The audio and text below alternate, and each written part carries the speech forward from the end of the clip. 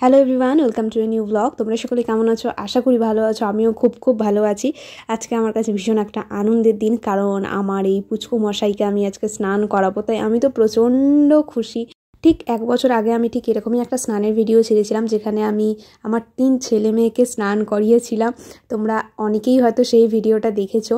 তো তখন ওরা অনেকখানি বড় ছিল, কিন্তু সেই হিসাবে আমার এই পুচকিটা অনেকটাই ছোট। ওর বয়স আজকে মাত্র 1 মাস বয়স হয়েছে বলে আজ প্রথম আমি ওকে স্নান করাবো। দেখতেই পাচ্ছ আমার পুচকু একদম পাতা নিয়ে খেলছে। ও একদম প্রিপেয়ার ছিল না স্নান করার জন্য, ভাবতেই পারিনি ওকে আজকে আমি স্নান করাবো।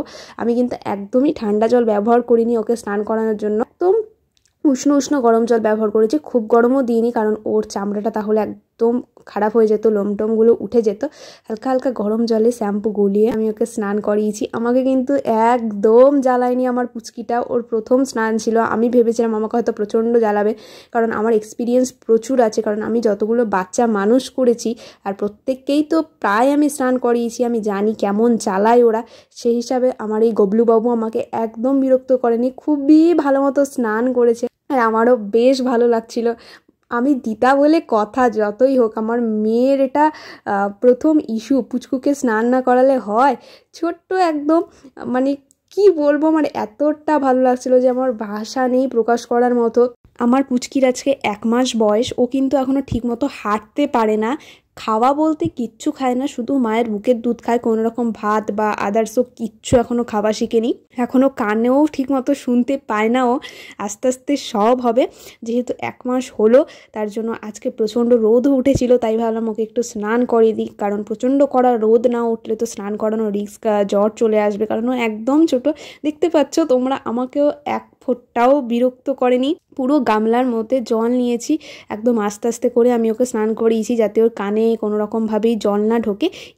একটু ডিস্টার্ব করেছে, একদমই বেশি করেনি, কারণ ওর মারা আমাকে যেভাবে জ্বালিয়েছিল সেই হিসাবে ও আমাকে 1%ও জ্বালায়নি। বাড়িতে ও সবার নয়নের মুনি বলতে পারো, মানে কে ভালোবাসে না? আমার মা বাবা তো পুরো পাগল ওর জন্য।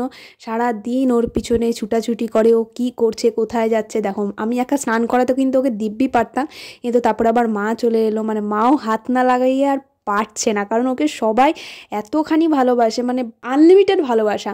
মা তারপরে ওর জন্য গিয়ে আবার জল নিয়ে এলো, আর মা একেবারে ঠান্ডা জল নিয়ে চলে এসেছিলো। আমি তো হালকা গরম জলে স্নান করাচ্ছিলাম, মা সেটা জানতো না, তার জন্য ওই একটু ছটপট করছিল, কারণ ওর তখন হয়তো বা ঠান্ডা লেগেছে। ওর জন্ম দেখেছি চোখের সামনে, ওর প্রতি ভালোবাসাটা থাকবে না কেন? আমার চোখের সামনেও জন্মেছে, আমি ছিলাম, আমার মা ছিল। মানে ভাবা যায়, মানুষের বাচ্চা যেমন চোখের সামনে আমাদের হয়, তেমন ও আমার চোখের সামনে হয়েছে।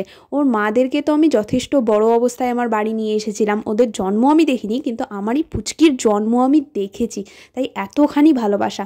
তারপরে আমি একটু হালকা গরম জল নিয়ে এলাম, ঠান্ডা গরম জল ওর গায়ে দিলাম।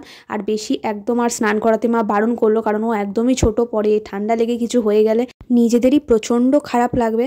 আর আমি এত আনন্দের সাথে ওকে স্নান করাতে বসেছি যে ওর জন্য যে আমি একটা টাওয়াল নেব বা গামছা নেব, সেটাই আমার মাথাতে একদম ছিল না।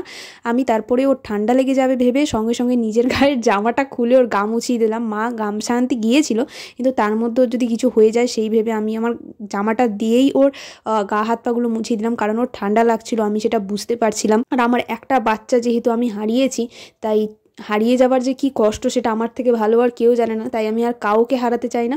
আমি তারপরে মাকে দিয়ে দিলাম, কারণ আমার গা পুরো ভিজে গিয়েছিল ওকে স্নান করাতে গিয়ে। মা ভালো মতো করে ওকে একদম মুছিয়ে দিল। মাকে আমি বললাম যে তুমি ভালো করে মুছিয়ে দাও, ওর গায়ে যাতে জল না থাকে, নয়তো ওর ঠান্ডা লেগে যাবার সম্ভাবনা প্রচুর পরিমাণে আছে। ওকে আমি ট্যাবলেটও খাওয়াতে পারবো না, কারণ ও ভাত ডাল কিচ্ছু খায় না, শুধুমাত্র মায়ের ব্রেস্ট মিল্ক যেহেতু খায়। আমার মা ভালো মতো ওর গা হাত পা মুছিয়ে দেওয়ার পর পুচকুর মাও পুচকুকে একটু ভালো মতো চেটে দিল, কারণ যতই আমরা গা হাত পা মুছাই না কেন ওর মায়েরও প্রয়োজন ওকে, কারণ ও একদমই ছোট, ঠিকমতো হাঁটতে অবধি পারে না। তোমরা তো দেখতেই দেখছো হাঁটতে পারে না, গা ঝালাটা মোটামুটি শিখেছে। তো আজকের ভিডিওটা এতটাই। দেখা হচ্ছে তোমাদের সাথে নেক্সট ভিডিওতে। কেমন লাগলো আমাকে অবশ্যই কমেন্ট করে জানিও। যদি ভালো লেগে থাকে একটা লাইক আর শেয়ার করে দিও। Thanks for watching.